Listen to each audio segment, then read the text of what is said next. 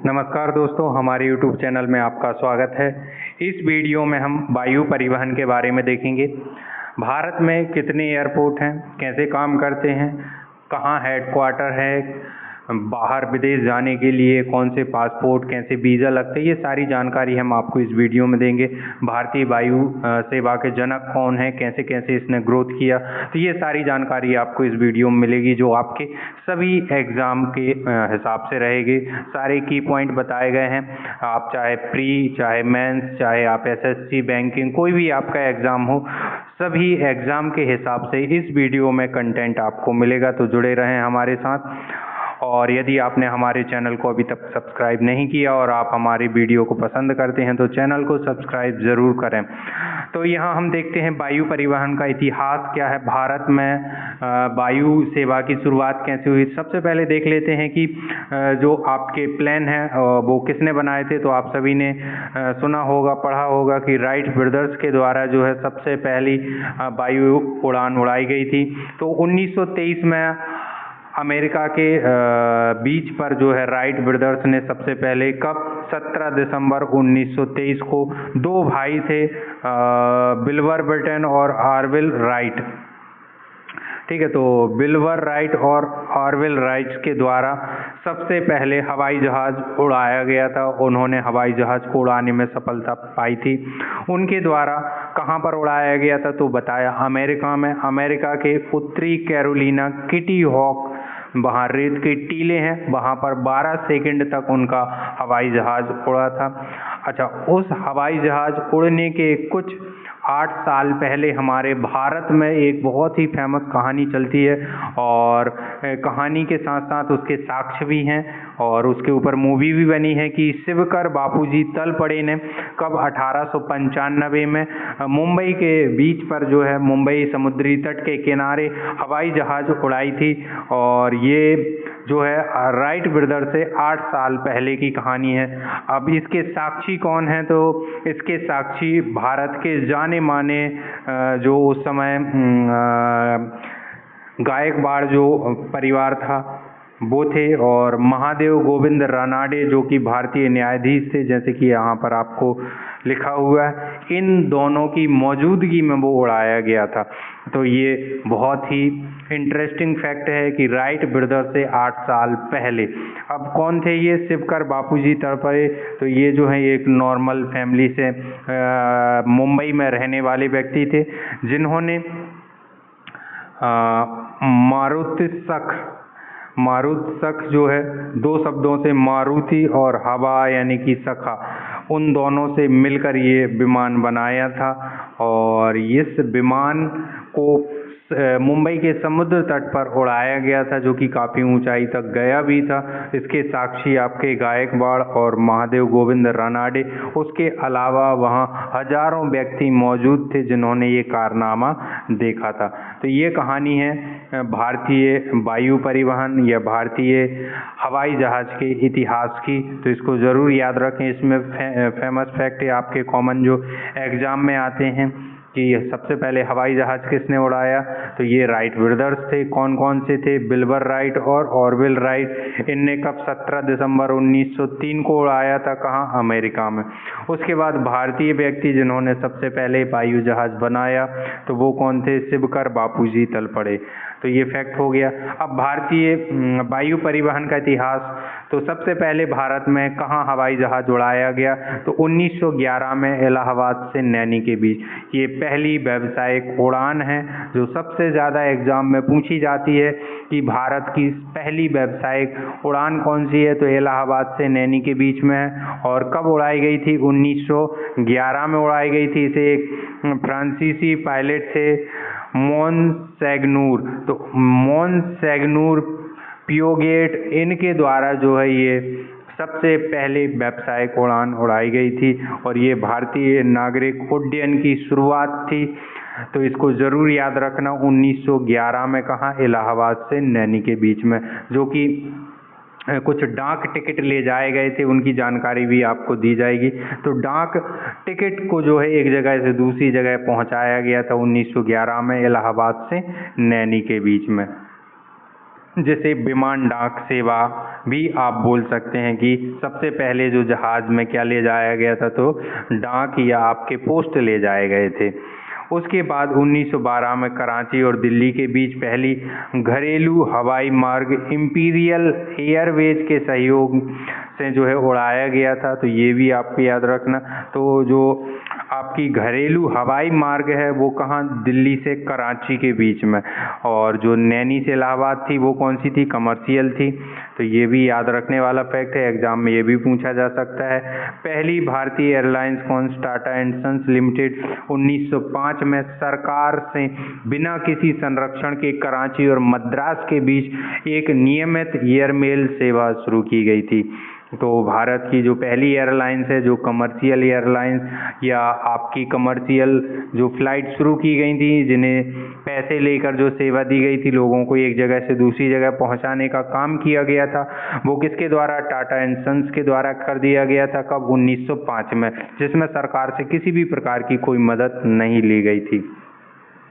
1933 में आप देखेंगे इंडियन नेशनल एयरवेज कंपनी की स्थापना हुई, जिसने लाहौर से कराची के बीच में विमान संचालन शुरू किया। तो ये भी आपके काम का फैक्ट है। फिर 1935 में आप देखेंगे, 1935 में टाटा एयरवेज द्वारा मुंबई तिरुवनंतपुरम और 37 में जो है मुंबई दिल्ली मार्ग पर विमान सेवा शुरुआत की गई थी या प्रदान की गई थी। स्वतंत्रता प्राप्ति तक देश में 21 वायु परिवहन कंपनियां स्थापित हो चुकी थी और 1953 में सभी वैमानिक कंपनियों का नेशनलाइजेशन कर दिया गया था, राष्ट्रीयकरण कर दिया गया था और सभी सरकार के अधीन ला के दो नवनिर्मित कंपनियां बनाई गई थी। एक का नाम इंडियन एयरलाइंस रखा था और एक का नाम एयर इंडिया। तो ये दो कंपनियां बची थी 1953 के बाद। तो ये याद रखना है कि आज़ादी के बाद भारत में लगभग 21 वायु परिवहन कंपनियां थीं। उन सभी का कंपनियों का नेशनलाइजेशन किया गया था, राष्ट्रीयकरण किया गया था और इन सभी कंपनियों को मिलाकर दो कंपनियां बनाई गई थी। पहली कौन सी, इंडियन एयरलाइंस और दूसरी एयर इंडिया। ये जानकारी आपकी बहुत ही ज़रूरी है कि ये दो कंपनियां बनाई गई। फिर एयर इंडिया तब अस्तित्व में आया जब 1946 में टाटा एयरलाइंस ने अपना नाम बदलकर एयर इंडिया किया। तो टाटा एयरलाइंस ने अपना नाम बदला था और एयर इंडिया किया था और इसी को जब राष्ट्रीयकरण किया था तो इसी कंपनी का नाम आगे चलाया गया था या इसी कंपनी को बरकरार करके और कंपनियों को इसी में मिलाया गया था। आज़ादी के समय 9 हवाई कंपनियों काम कर रही थी। तो ये टोटल 21 आपकी वायु परिवहन कंपनियां थी जिसमें से अलग अलग कैटेगरी की काम कर रही थी। तो ये भी आप देख सकते हैं। अब जो है 1981 में देश में घरेलू उड़ान के लिए वायुदूत नामक तीसरे निगम की स्थापना की गई। तो वहाँ दो कंपनी आपके काम की, उसके अलावा कोई डेटा आपको याद नहीं रखना है, ठीक है। एक आपकी कौन सी थी, भारतीय विमान निगम और दूसरी एयर इंडिया। तो उसके बाद तीसरी कौन सी आपकी बनी, तो तीसरी जो घरेलू उड़ान के लिए वायुदूत नामक तीसरे निगम की स्थापना की गई।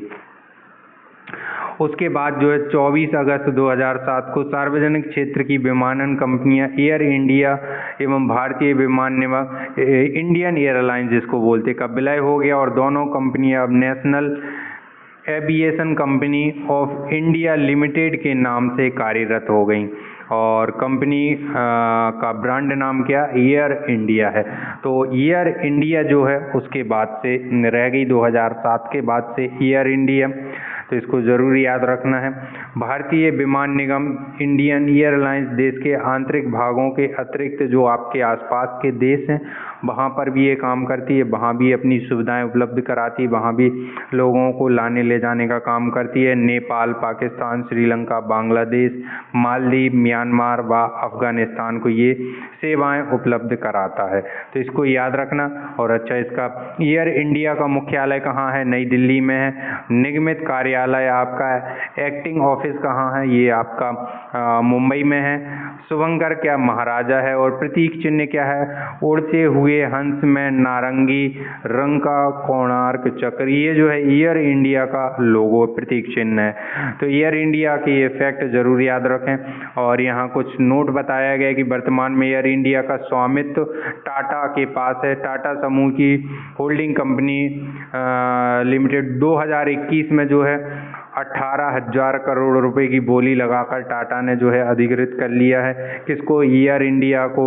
तो ये जरूर याद रखना, पहले भी टाटा के पास थी, फिर सरकार ने जो है राष्ट्रीयकरण करके अपने अधीन लिया और 2021 में फिर से जो है सरकार ने इसे बेच दिया। और किसने खरीद लिया?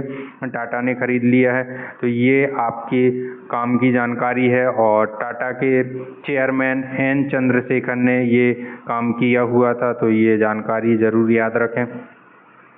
फिर उसके बाद देखेंगे पवन हंस लिमिटेड, इसकी स्थापना 1985 में की गई थी।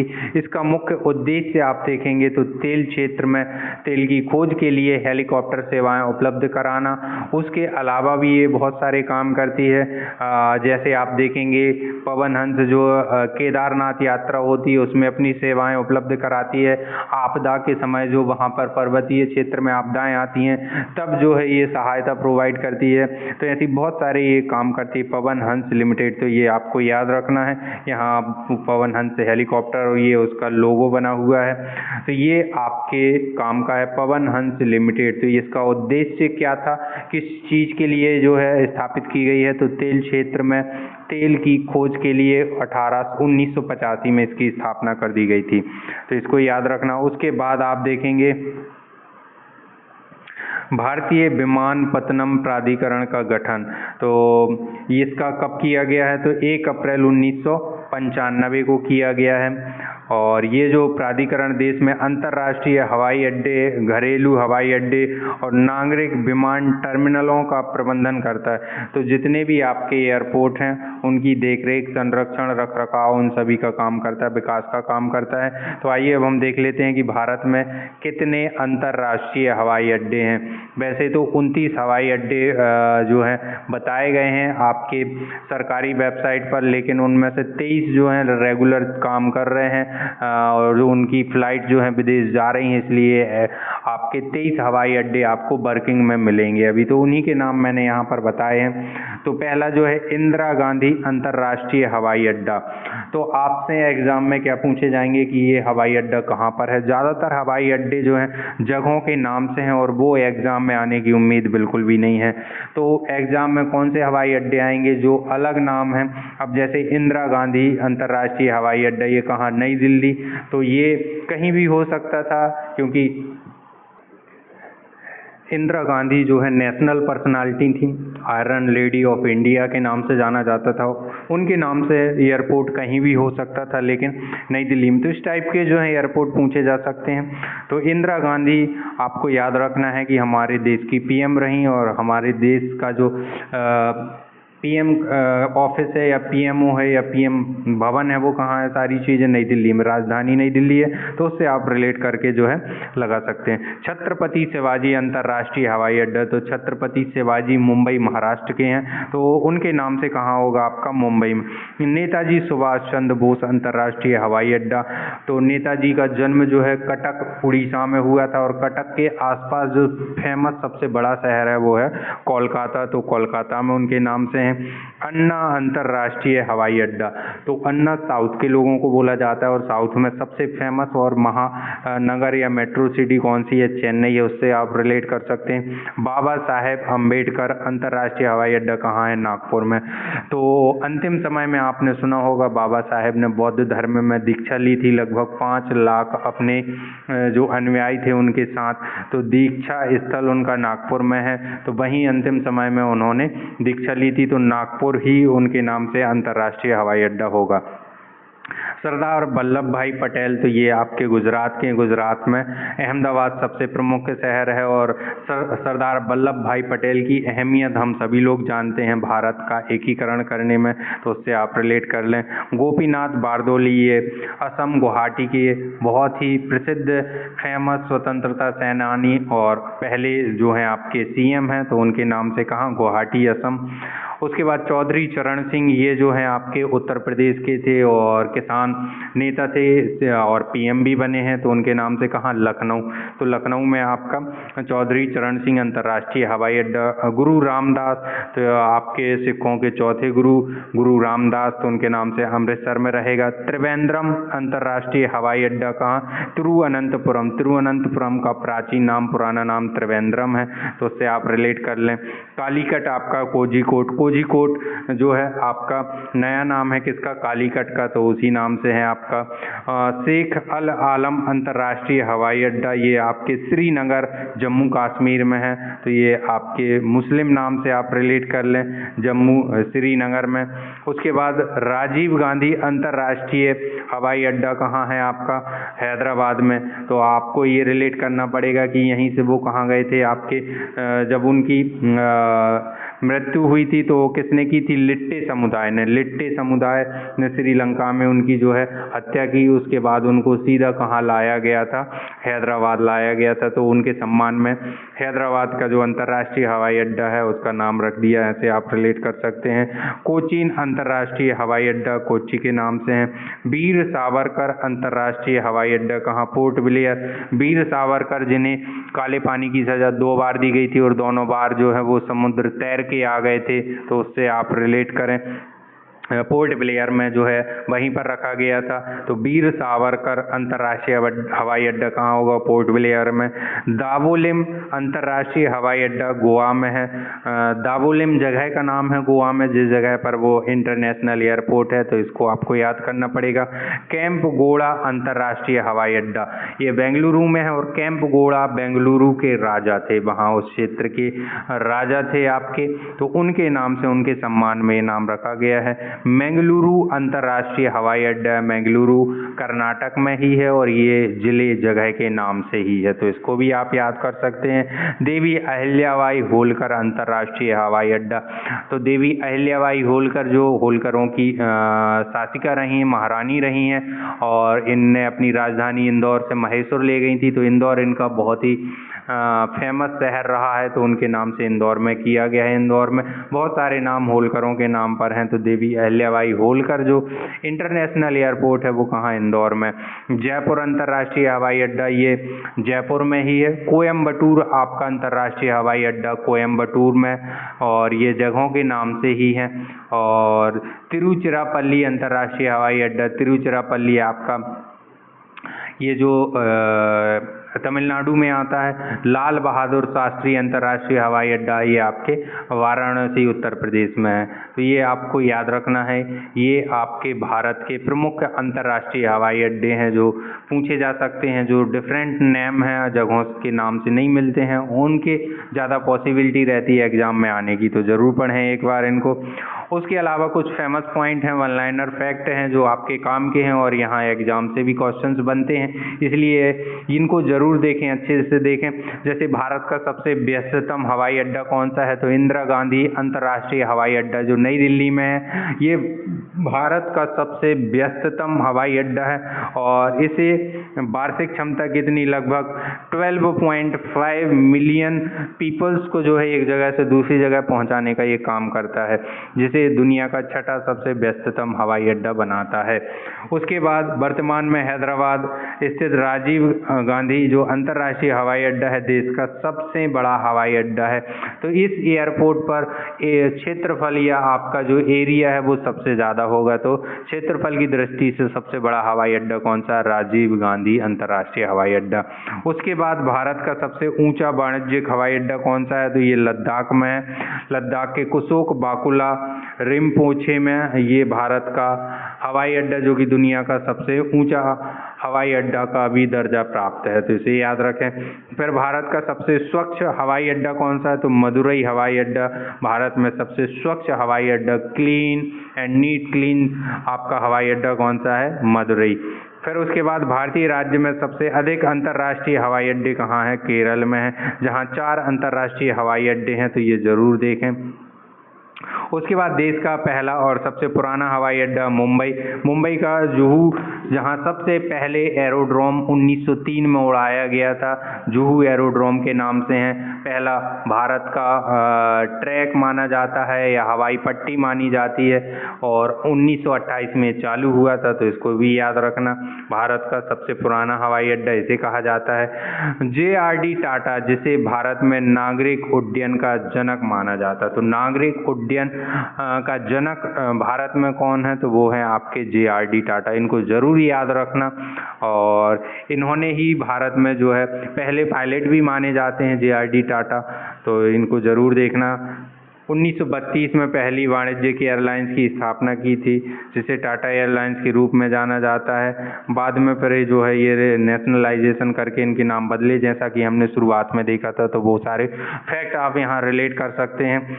कोचीन अंतर्राष्ट्रीय हवाई अड्डा जो है सार्वजनिक निजी भागीदारी द्वारा निर्मित देश का पहला हवाई अड्डा है और पूरे तरीके से जो है सौर ऊर्जा से संचालित है, सौर ऊर्जा पर डिपेंड है, तो इसको याद रखना। भारतीय हवाई अड्डा प्राधिकरण जो नागरिक उड्डयन मंत्रालय के तहत आता है और इसके वर्तमान में मंत्री कौन है, ज्योतिरादित्य सिंधिया हैं, तो इस फैक्ट को भी देखें। उसके बाद जो है विश्व के 5 सबसे बड़े हवाई अड्डे, तो पहला सबसे बड़ा हवाई अड्डा है किंग फहद अंतर्राष्ट्रीय हवाई अड्डा, जो कि सऊदी अरब में है। दूसरा डेनवर अंतर्राष्ट्रीय हवाई अड्डा और ये USA में है। तीसरा डलास या फोर्ट वर्थ अंतर्राष्ट्रीय हवाई अड्डा टेक्सास, ये भी आपके USA में है। ऑरलैंडो इंटरनेशनल एयरपोर्ट, ये भी आपके USA में, तो ये आप देख पा रहे होंगे USA। ये 3 विश्व के जो दूसरे, तीसरे और चौथे नंबर पर ये सब कहाँ से आते, USA से आते। पहला बस कहाँ का है, सऊदी अरब, किंग फहद अंतर्राष्ट्रीय हवाई अड्डा। 5वां वॉशिंगटन, ये भी USA में है, तो ये भी आपका USA में ही हो गया। उसके बाद भारतीय विमान प्राधिकरण वेबसाइट के अनुसार भारत में 487 हवाई अड्डे या हवाई पट्टियां हैं, जिनमें से 137 हवाई पट्टियों का प्रबंधन करता है कौन, AAI। उसके अलावा 29 अंतर्राष्ट्रीय हवाई अड्डे हैं, 10 सीमा शुल्क हवाई अड्डे हैं और 103 घरेलू हवाई अड्डे हैं। तो ये आपका फेमस डेटा है, इसको आप याद रख सकते हैं। काम की चीज़ें क्या हैं, 103 घरेलू हवाई अड्डे और 29 अंतर्राष्ट्रीय हवाई अड्डे, और टोटल भारत में 487 हवाई अड्डे और हवाई पट्टियां हैं, जो भारतीय विमानपत्तन प्राधिकरण के अंतर्गत आते हैं।